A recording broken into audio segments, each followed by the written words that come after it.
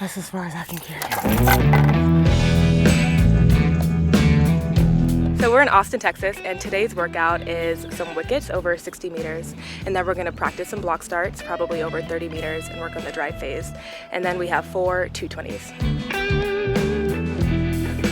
So I use the whoop in my training by first monitoring the recovery. Usually when I wake up in the morning, the first thing I look at is my whoop recovery, and that takes into account the strain from yesterday, the sleep that I got, and then I kind of take it into account when I'm going into my workout. The recovery can be in the red, in the yellow, or in the green, and normally I like to see it in the green because that means that I'm ready for strain for the day. Hit that first mark! So from the wickets, we're working on keeping our feet underneath us while taking some good stride, getting some good stride length while we're running at top speed.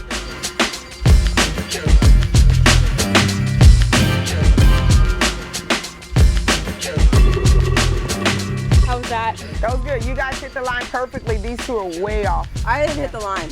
No, yes you did. Oh, I did? Yeah, you hit the line. Oh, okay. After that, we'll do some block starts. So we'll do some weighted, some unweighted, because I'm really focusing with them on that push. The first 2, 3, 4 steps out of the blocks, really pushing well. Get a little push out first. Morolake has had probably the best season of starts this year. Like her start has been really good. For Gabby, totally changed her start. It's really good. It's just that I feel like this season has come and gone so quick. We just haven't had enough opportunities to run the 100 for her. I still want to see a aggressive push here.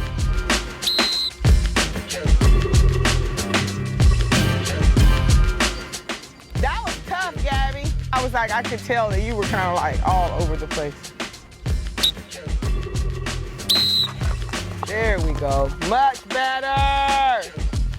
Good. Okay. Now take them off. I'm feeling really optimistic and excited about trials. Take a mark. This is my debut as a pro athlete at Olympic trials, and I feel like I've gotten a lot of work done down here in Austin, Texas, and making that move to join this training group. Think your set's a bit high, Gabby. All right, take a mark. You guys see my training partner Morolake has been really helpful, pushing me out of the blocks, and so still some things to work on. For now, it's going to be working on some of those mid-race mechanics and pushing hard at the blocks, and in the middle of the race just making sure I'm switching gears then too, because the fitness is there. So we're just going to really zone in on that speed. You feel a little too tall here. You're not really driving anymore. You're out, you're like kind of reaching. Do one more rest.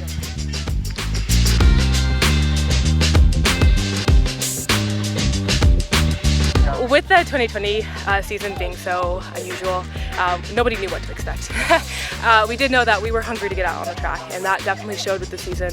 The season's been going really well for me. I've been running personal best after personal best, so it's a good sign.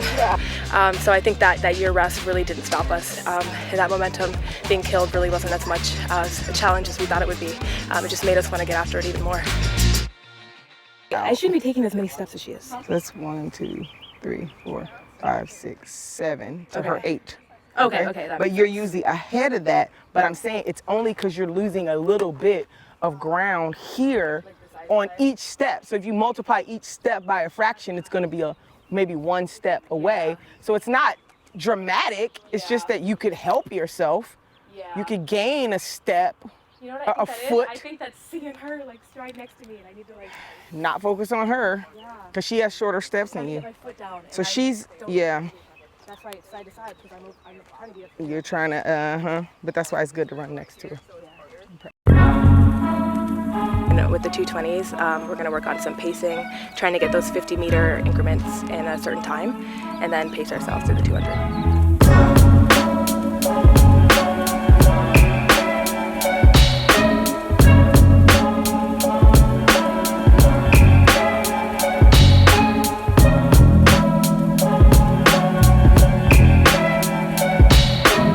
So on a workout like today, I like to get my app out. So I have my Whoop on my wrist, and it is actually measuring my heart rate as I do my workout. And so I'll go take a look at my app, see what my heart rate is, and see if I'm ready and fully recovered between each interval run. So we have 6 minutes between each rep. I'd like to see my heart rate go down a little bit more before we start our next one, So we'll check back and look after, the second and third rep.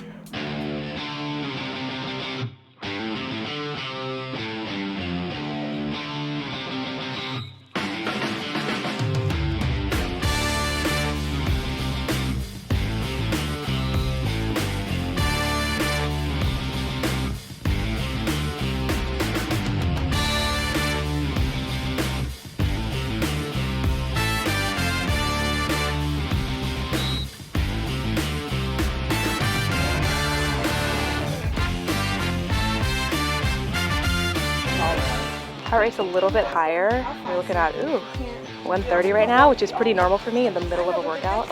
So I'm gonna see how low it can go before we start this next rep.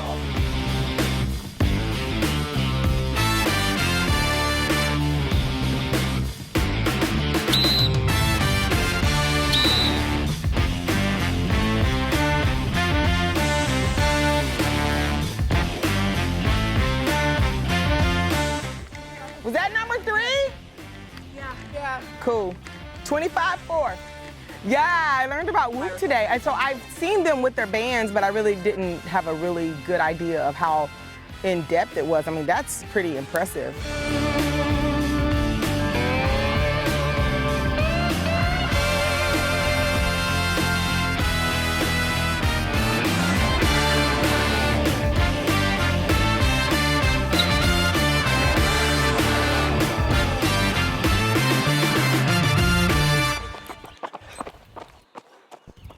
One. Good work, Gabby. Good job.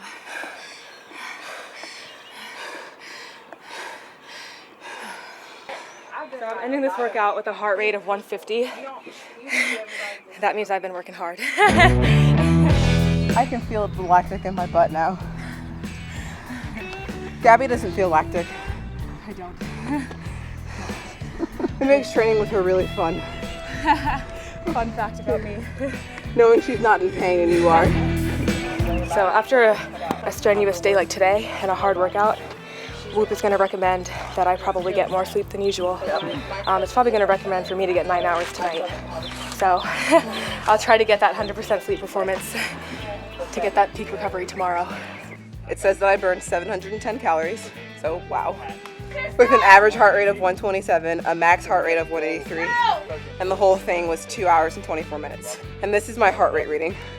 And these last 4 bumps that we see, 1, 2, 3, and 4, those are for sure the 220s. Time to cool down. I'm still tired. Gabby's fine now.